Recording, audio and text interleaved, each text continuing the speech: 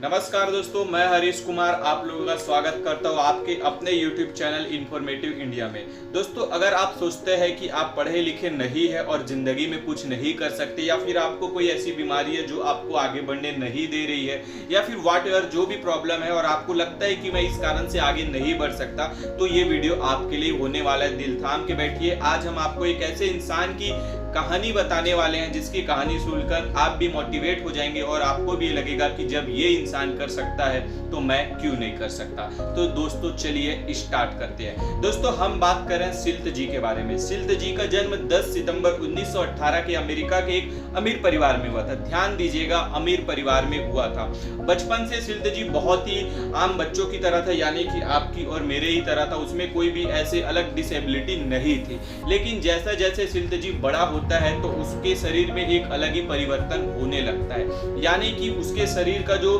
Sir के नीचे का जो भाग होता है वो तो अच्छा से विकसित होता है, परंतु उसका सर बढ़ता नहीं है। जब सिल्त जी 22 साल का होता है तो सिल्त जी का जो नीचे का शरीर होता है वो तो 22 साल के युवक के जैसा रहता है, परंतु उसके जो शरीर का ऊपर का यानी कि उसका जो ब्रेन होता है वो 3 साल की बच्चे की तरह होता है, और जिसे विज्ञान की भाषा में माइक्रोसेफरिन की बीमारी भी कहा जाता है। यानी कि उसे माइक्रोसेफरिन नामक एक बीमारी थी जिसमें उसका दिमाग विकसित नहीं हुआ था, और वो हालांकि 22 साल का तो हो चुका था, परंतु अभी भी वो 3 साल के बच्चे के ही तरह था। वो अच्छे से बोल नहीं पाता था, अपने आप को अभिव्यक्त नहीं कर पाता था। वैसे तो दोस्तों कहा जाता है कि माता पिता भगवान के रूप होते हैं, लेकिन सिल्त जी के माता पिता के ऊपर ये बात लागू नहीं होती, क्योंकि जब उन्हें पता चला कि उनका बेटा और उनकी एक बहन जो कि अथिला नाम था जिनका, वो भी इस बीमारी से पीड़ित थी, तो जब उनके माँ बाप को पता चला कि ये दोनों भाई और बहन माइक्रोसेफरिन बीमारी से पीड़ित है, तो उन्होंने अपने परिवार की बेइज्जती होने से बचाने के लिए, अपने आप को इस बात को छुपाने के लिए उन्होंने अपने बच्चों को सर्कस में भेज दिया। दोस्तों, यह ऐसा वक्त था जब एक बच्चे को अपने माँ बाप का प्यार चाहिए होता है, लेकिन इस वक्त उनके माँ बाप ने उसे सर्कस में भेज दिया। लेकिन दोस्तों कहा जाता है ना कि जो चुनौतियों को अवसर में बदल देता है वही इतिहास रचता है, और यही हुआ सिल्त जी के साथ। सिल्त जी जो था बहुत ही संघर्ष करने वाला एक इंसान था। हालांकि उसके पास दिमाग बहुत ही कम था, एक छोटे बच्चे की तरह दिमाग था, लेकिन वो बहुत ही संघर्ष को आगे अपने जीवन में देखता है। और दोस्तों इसी कड़ी में जब उसे सर्कस में बेच दिया जाता है तो वो धीरे धीरे सर्कस में अपने करतूबे दिखाने लगता है, अपने कारनामे दिखाने लगता है, और देखते ही देखते उसकी मासूमियत को लोग देखकर बहुत ही प्रभावित होते हैं, और देखते देखते वो पूरे देश और विदेश में बहुत ही फेमस हो जाता है। दोस्तों इस तरीके से वह फेमस होता है कि कई हॉलीवुड फिल्म का उसको ऑफर आने लगता है। और दोस्तों आपको पता होगा कि ये जो सिल्त जी है उन्होंने कई फिल्म में भी काम किया था। तो दोस्तों आपने देखा कि किस तरीके से एक इंसान जो कि फिल्म बनाने में या फिर अपने लाइफ में बहुत ही अच्छा कुछ करने के लिए वो पूरी जिंदगी निकाल देता है, वहीं एक ऐसा इंसान जिसकी दिमागी हालत बहुत ही कमजोर थी वो हिम्मत नहीं हारता और धीरे धीरे वो उसको आगे लगातार बढ़ता जाता है। और दोस्तों इस तरीके से उन्होंने बहुत ही अच्छा काम किया और फिल्म में भी बहुत ही अच्छा काम किया, लेकिन कहानी यहाँ खत्म नहीं होती, आप आगे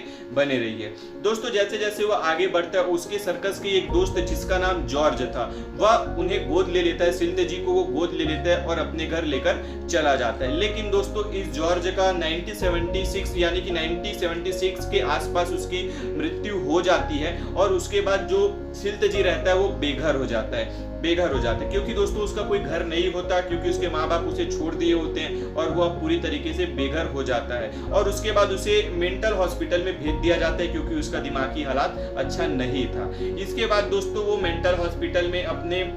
सर्कस की बातों को याद करता रहता है, अपने करतूबों को याद करता रहता है, और इसी बीच उसको एक और इंसान मिल जाता है। कहते हैं ना कि जिसका कोई नहीं होता उसका भगवान होता है, और इसी बीच उसे एक और इंसान मिलता है जो कि उसका शुभ चिंतक था, और वह उसे गोद लेके वापस अपने घर लेके चला जाता है। फिर से सिल्त जी उसी सर्कस पे जाता है, एक नए सर्कस पे जाता है और अपनी जिंदगी को फिर से शुरुआत करता है, और जो मुकाम वो पहले पाया था वो मुकाम वो फिर से पा लेता है। लेकिन दोस्तों धीरे धीरे उसकी उम्र बढ़ रही थी, और उम्र बढ़ने के साथ साथ उसकी जो बीमारी है वो भी बहुत ही ज्यादा बढ़ रही थी। कहा जाता है कि उसके अंतिम दिनों में उसे बोलने में बहुत ही प्रॉब्लम होता था और देखने में बहुत ही प्रॉब्लम होता था। इस तरीके से दोस्तों सिल्त जी धीरे धीरे करके उसकी बहुत ही कमजोर हो जाता है और एक दिन उसकी मृत्यु हो जाती है, और उसे एक ऐसे जगह दफनाया गया है जहां आप लोग अभी भी अगर आप जाएंगे अमेरिका तो आप उसे देख सकते हैं। तो दोस्तों इसके सिल्त जी के कहानी से, उसके जीवन से हम लोगों को ये प्रेरणा मिलती है कि जो इंसान मानसिक रूप से कमजोर होते हुए भी इतने अच्छे काम कर सकता है, लोगों को मोटिवेट कर सकता है, तो हमें तो भगवान ने बहुत कुछ दिया है, हम भी इस दुनिया में ये बहुत कुछ कर सकते हैं। तो दोस्तों अगर आपके फैमिली सर्कल में, आपके दोस्त में कोई भी ऐसा इंसान हो जिसे ऐसा कुछ लगता है, तो आप ये वीडियो उस तक के पहुंचाइए और उसको बताइए कि जब शिल्त जी ये कर सकता है तो हम ये क्यों नहीं कर सकते। और ये दोस्तों इस वीडियो को शेयर मेरे लिए नहीं लेकिन अपने दोस्तों के लिए शेयर कीजिए और शिल्त जी के लिए एक लाइक जरूर कीजिए। और अगर आपने अभी तक हमारे चैनल को सब्सक्राइब नहीं किया तो सब्सक्राइब करके बेल आइकन का बटन दबा लीजिए ताकि आने वाले टाइम पे आपको ऐसे इन्फॉर्मेशन